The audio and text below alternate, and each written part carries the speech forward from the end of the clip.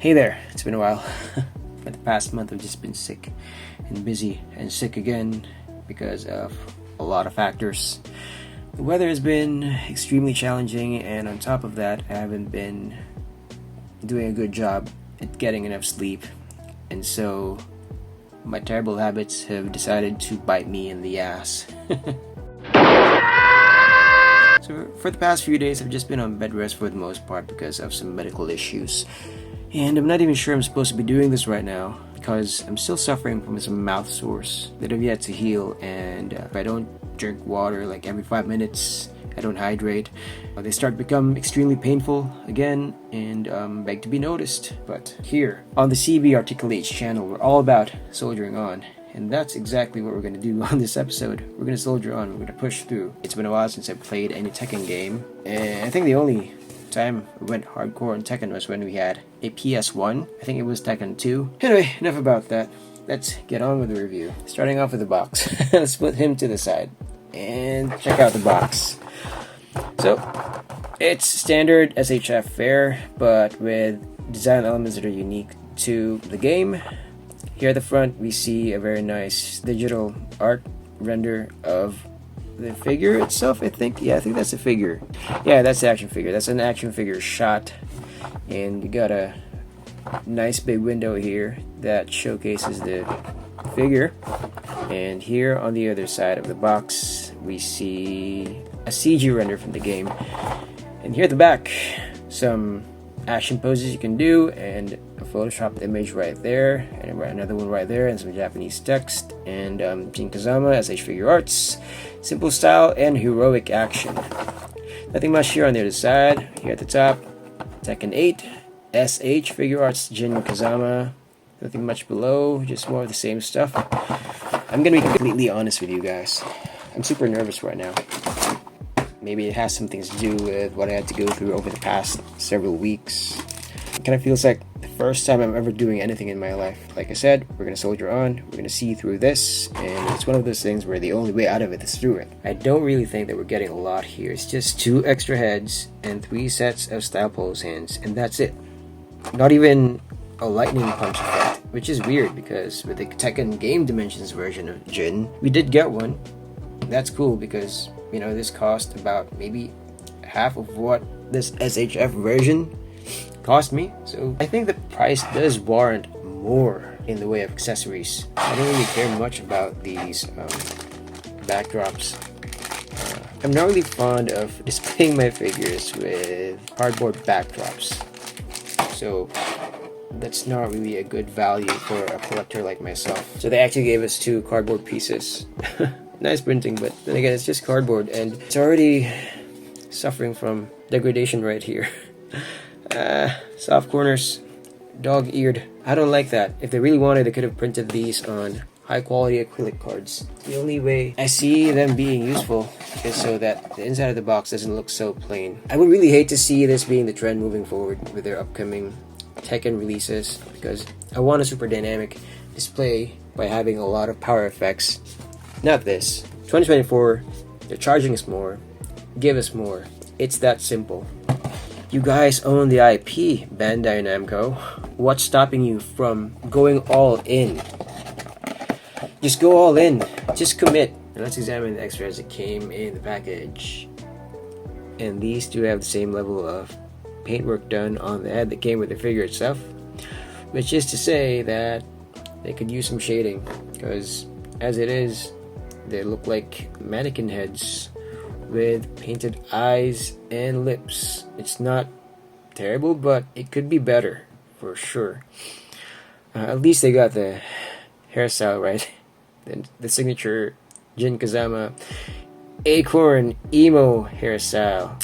Looking pretty cool. Yeah, got the right volume and layers. So this one has the open mouth, angry face expression. The other one is just neutral face with side eyes. Cool beans. So this is living proof that SHF really is its own scaling, because the Game Dimensions was advertised as 1/12 scale, and given that, it measures at around 6.25 inches tall, while this SHF version clocks in around 5.75 centimeters. I mean inches. In centimeters, that would be around 14.75 at the top of his hair. So there is a sizable difference. You might have a problem fudging this in with your 6-inch scale figures. You're gonna have to be a bit more creative when posing him around so that he doesn't look like he's being towered over by characters that aren't supposed to. Okay, for the aesthetics, I do love his proportions. He's got the wide shoulders going on, and he's got a good enough bulk to actually have a heroic build to strongly represent the way he appears in the video game. Chock full of sculpted and painted details front and back, as you can see here. The angel devil wings, nicely done, painted over and molded as well, molded lines. I do love the color separation between the dark gray and the white and red line work. I also appreciate the red under fabric of the hood, so that creates a nice contrast between that and the outer piece, which is the same dark gray as the rest of the jacket, I guess. So yeah, it's pretty nice. Here at the front, you get some pouches up and down, some zippers, nicely done. Down here at the pants as well, the boots do have some silver paintwork, especially here on the buckles. He's got straps right here. I don't know how practical this is. Maybe he utilizes this in the video game. I'm not sure. That's a nice added detail. The upper body does have layers to it. It's got the jacket, and I think there's a vest underneath there. You get the undershirt, which does have a nice texture, so I love that. I like the way the collar flares out. Makes him look more intimidating. Overall, very nice aesthetics. I give it like maybe a 4.4 out of 5, because this does take away some points, the lack of shading here in the skin. Okay, now let's test this guy's mobility, starting off with the head. He does have an upper and lower neck joint, ball pegs up and down. And with that, he can look down that far. It's all the range you need looking down, really. Solid range. And looking up, I think we're going to run into an issue here because of the hood. And yeah, it does create a hindrance. You can't really look up. There's a bit of work around here. You just need to tilt his neck forward and then independently utilize the upper neck joint. There you go. I guess he's looking up a little. That does help some.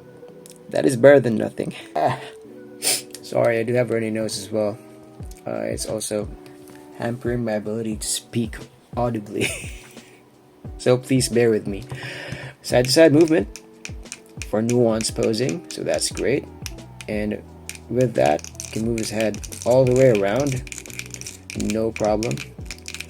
Awesome mobility on the head. For the arms, you can go out that far, so that's a perfect T pose. Maybe you can, push it farther if you want. Pretty satisfied with that. He doesn't really have like the conventional bicep swivel. It's more like a shoulder connection swivel. Oh, there it is. Yeah, the same way Mafex did their Captain America figure, which is weird. They could have done this differently. Like these wing details right here could have been an overlay on top of an actual bicep swivel here. Yeah, double jointed elbow. It works fine, but it doesn't really go in that much. Doesn't fold all the way in that much because of his bicep and his lower arm or gauntlet. Nothing really he can do about that. I think he can hit his iconic poses, fighting poses, with that much range. I just don't understand why it had to look this cavernous if this wasn't gonna go all the way in anyway. So I think that's weird, but not really that noticeable. Unless you're the one handling the figure, of course. Then it is noticeable. You know that it's there and it kind of stays in your mind's eye, really. Oh, wait. Oh, the gauntlet does rotate. So, I mean, the forearm does rotate. So, that's great. See? See? I think that's quite an innovation. I think it's the first time I've seen something like this on an SHF. That's pretty awesome, really. So you do get this shoulder connection swivel, plus you do have this forearm swivel in the gauntlet, on the gauntlet. I don't know, I can't speak English anymore. So that in conjunction with the shoulder connection swivel does offer a great articulation setup, is what I'm saying. I don't really think we're gonna get much in the way of a backward bend because of how busy it is up here. There's way too many overlays glued together. Yeah, there's just no way you can utilize this upper abdominal joint independently because of the way this is set up. And I don't like the way that the gap is easily exposed with very minimal range going backwards. I think that's a terrible design. It kind of reminds me of how they did the Game Dimensions one. I can understand this because this is a lower end figure, relatively speaking. A lower end compared to this one. This is still expensive. It's still like, I don't know, over $25, I think, plus shipping. So these swords are not really cheap. This just happens to be more expensive, astronomically expensive, compared to that one. How about crunching forward? I think I can just pop this back in easily. I hope so. Yeah, there it is. Almost gave me a mini heart attack. Okay, let's try crunching him forward. Shit. Popped the upper joint out. Oh man, I ruined the figure. Oh man, I ruined the figure.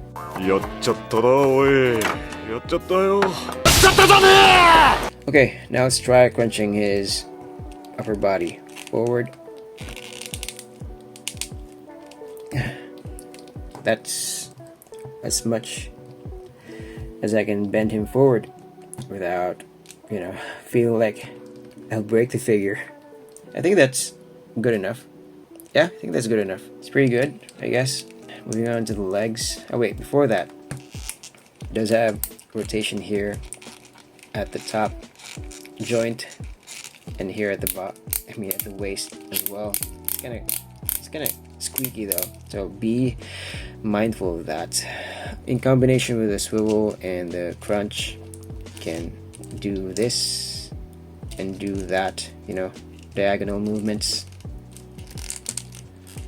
to really get in there with posing him around to hit certain, battle poses and have him perform different moves or whatever.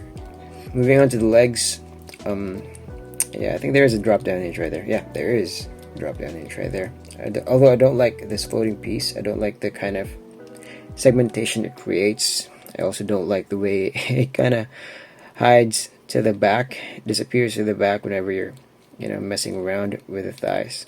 But it's not the worst thing in the world. You do have a thigh swivel right there, which functions just all right. Yeah, it's good enough. And these legs can kick out to the side. I guess almost full-on splits.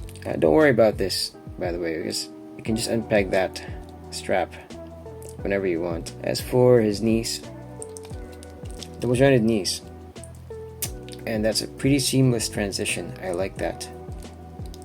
Their colors also match. I think that's one of the better knees I've seen from them. Range is good enough. Yeah. We don't get a boot swivel, of course. This is an SHF, so that's not standard for them, and you don't really need that. But for a design like this, they could have gone away with that. It's for the ankles. The foot doesn't really kick to the back that far. Kicking forward, yeah, it's okay. And I think we do have an ankle rocker here. An okay ankle rocker at best. Then we do have the toe joint. Because I said earlier that I'm almost fully recovered, but I'm almost fully recovered, if that makes sense. So yeah, that's the articulation setup you get with Jin. Oh yeah, I forgot to mention that he does have a butterfly setup, but it's kind of hindered by the bulk that's in front of him, so it's not really gonna do much, but it's okay. It doesn't even function well going back, so I don't know why that's there. In terms of articulation, I'm gonna give it, I guess, a 4 out of 5. There are some pain points right here, especially here on the hips or on the thighs. I just don't like that floating piece. Otherwise, it functions well. Everything functions well, really, other than the head being unable to look up, really, and difficulty around utilizing this upper abdominal joint because of all the layers that you get with this jacket and the under vest, and yeah, that's pretty much it. I think I forgot to mention that he can kick that far forward. I think that's good enough, and it doesn't look too ugly doing that. Cool beans! It's not really a butterfly setup, it's just part of the assembly. I think it's just a coincidental thing. I mean, knowing that this is SHF and they love to over-engineer stuff, it's probably not coincidental. They probably did it purposely, but I'm not really sure I can call it an actual butterfly joint.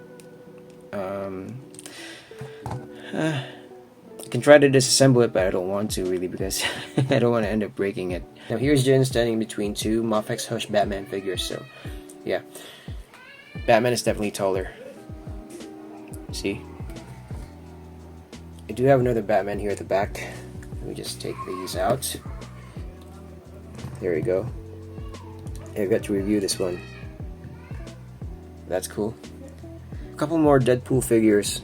On the right is the Mafex X-Force Deadpool, and on the left is the X-Force Deadpool, the rather outdated one by Marvel Legends. This is where the scaling gets kind of off, because Jin is supposed to be a few inches taller than Ryu, if I'm not mistaken. That's not exactly the case here. Maybe he is like an inch taller than Ryu, relatively speaking. It has something to do, of course, with the game designs. This is from a much older game. This is from Street Fighter 2. And of course this is Tekken 8, and the proportions do not really match. Ryu is a little more stocky, which is kind of weird because Jin does have a bulky build himself.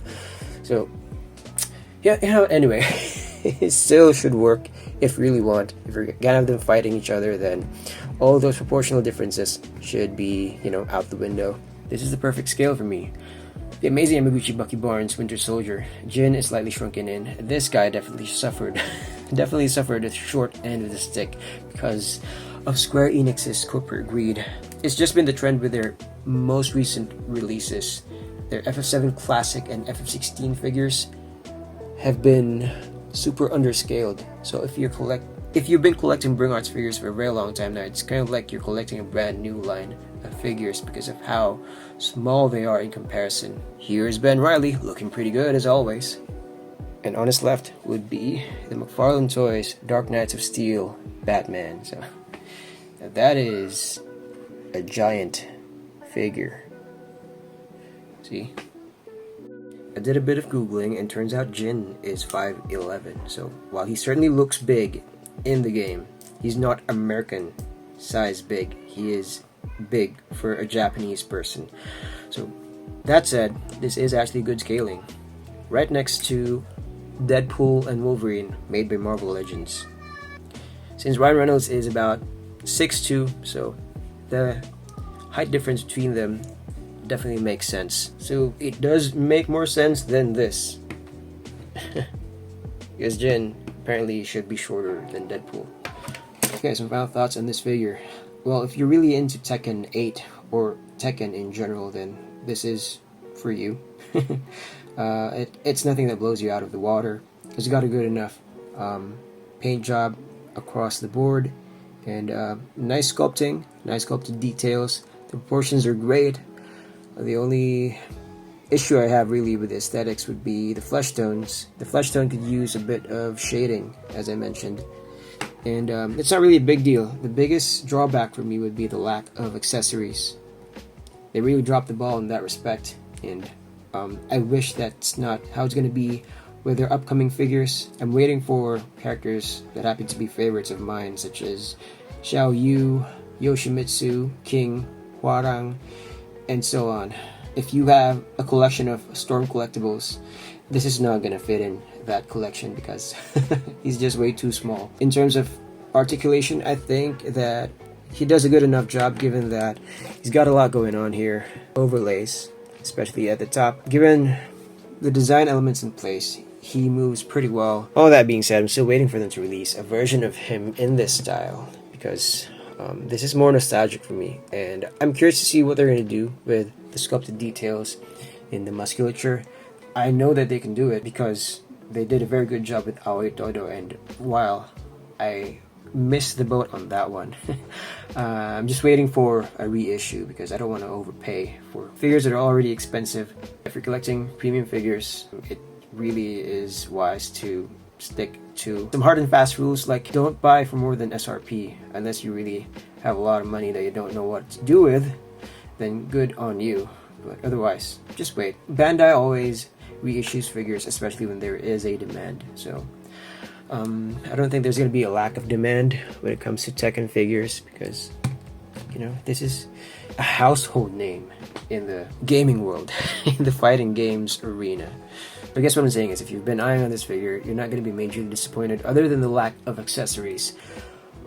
Other than that, he's pretty solid. Yeah, I would give it a final verdict of 3.8 out of 5, because, you know, we need more accessories to really bring this character to life.